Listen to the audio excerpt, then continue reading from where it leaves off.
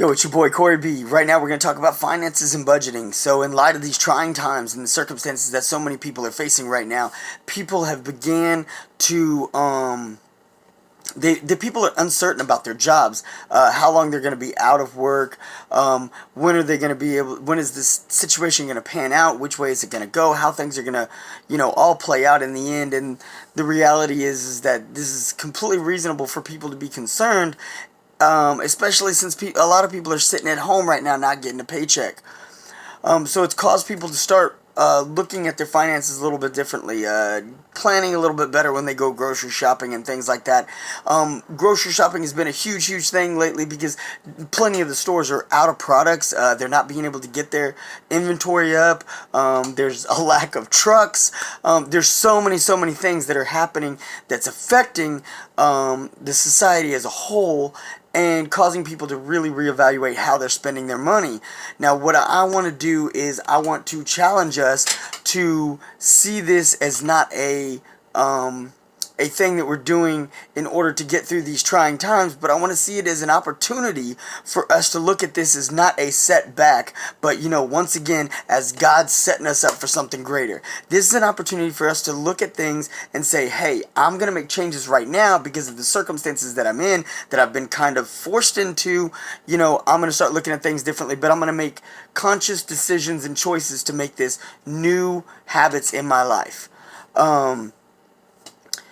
Dave Ramsey says something really great. Dave Ramsey says, live today like no one else so you can live like no one else tomorrow. And the reality is the concept behind this is just being able to live within your means. So many people in our society, is just a commonplace thing for people to live completely beyond their means. They get phones that they can't afford and they finance them. They get clothes that they can't afford. They max out credit cards. There's all these different things that they get themselves in situations. Cars they can't afford. They get themselves in situations of things they can't afford, and then have themselves against the wall trying to figure out how they're going to pay for it.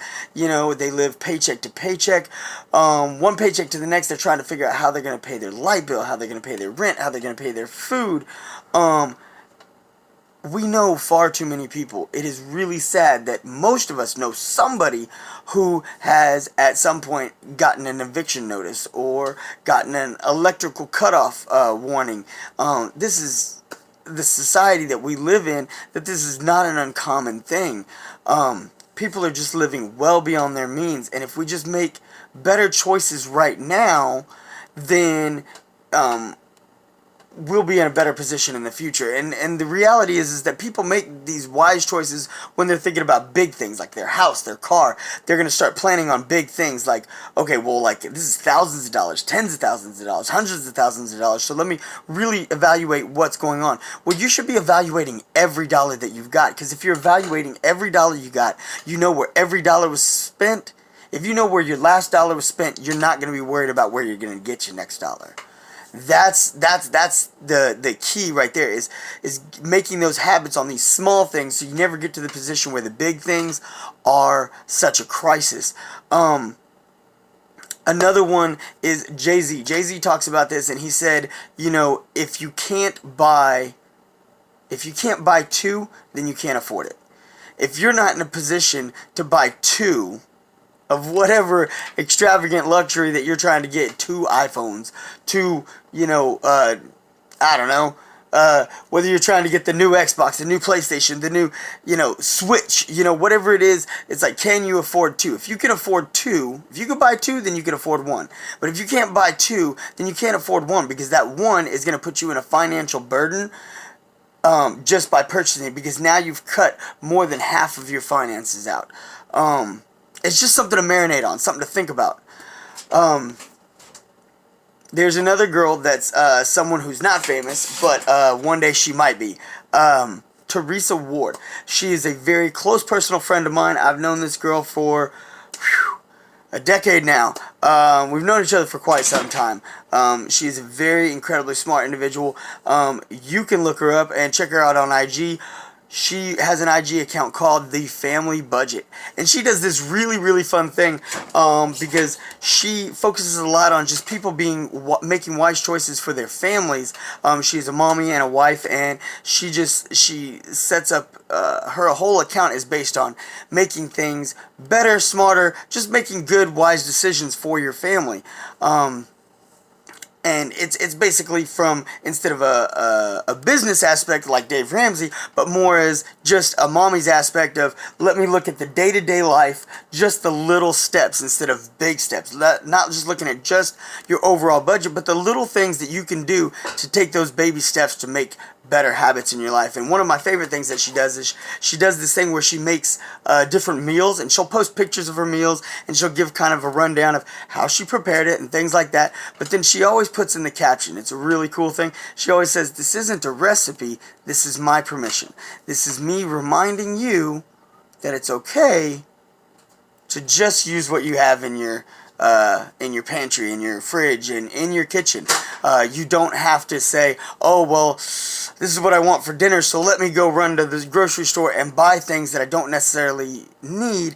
It's like, start looking into your kitchen and see what do you have that you can be wise about and use the resources that you already have before they get old and get wasted and things like that.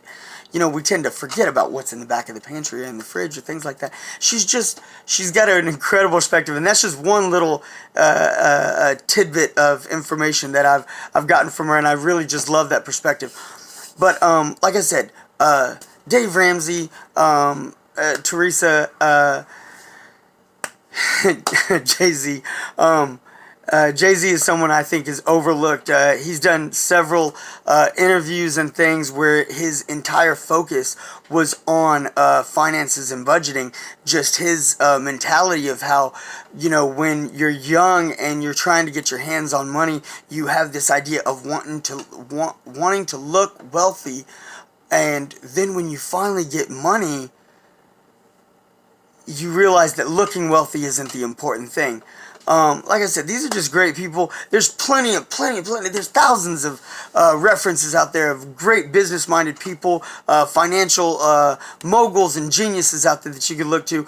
But the point is whoever you look to and wherever you find your resources, what the key is I want you to take away from this moment that we're in right now. Let's start making better choices, not for the moment, but let's start making better choices for our life, let's make these habits so we can have a better life for ourselves. Like Dave Ramsey, another thing that he says is, by living different today, you'll be living different tomorrow. You can start living more for the kingdom. You can start being able to give back into your church and your family and your society around you. You'll have the resources to be helping people because you'll be in a better position. I really think that this is the focus that we need to have. It's like right now when we're in this pandemic, there's so many people that are reaching out, and it's just an incredible thing to see. Being here in Austin when they shut down South by Southwest, there were so many people that were like, okay, what can I do to help these musicians? What can I do to help these little clubs and these little pubs and these little music venues that now a third of their business for the year comes from this one huge event that was canceled due to this pandemic. And so many people just jumped right in and said, what can I do to help? How can I help generate income and generate the cash flow to stimulate the economy in Austin and just help us all out, so that way we don't all suffer? Well, this needs to be a practice that we put into place moving forward. This doesn't need to be a today thing. This needs to be a forever thing. This needs to be not a crisis situation, a crisis choice that we make, but a life choice, a life change that we make so we can start living for something that's greater than just the now. We can help other people, other families. We can live for the kingdom opposed to be living for the moment. I really just think that, like I said, this is just an opportunity that God is giving us, that far too many people are looking at this, and like I said, I know people are suffering. I know people are having hard times. I know there are several cases of people who have died from this terrible virus, and it's nothing to be joked about. But I think that that God is setting us up for something great.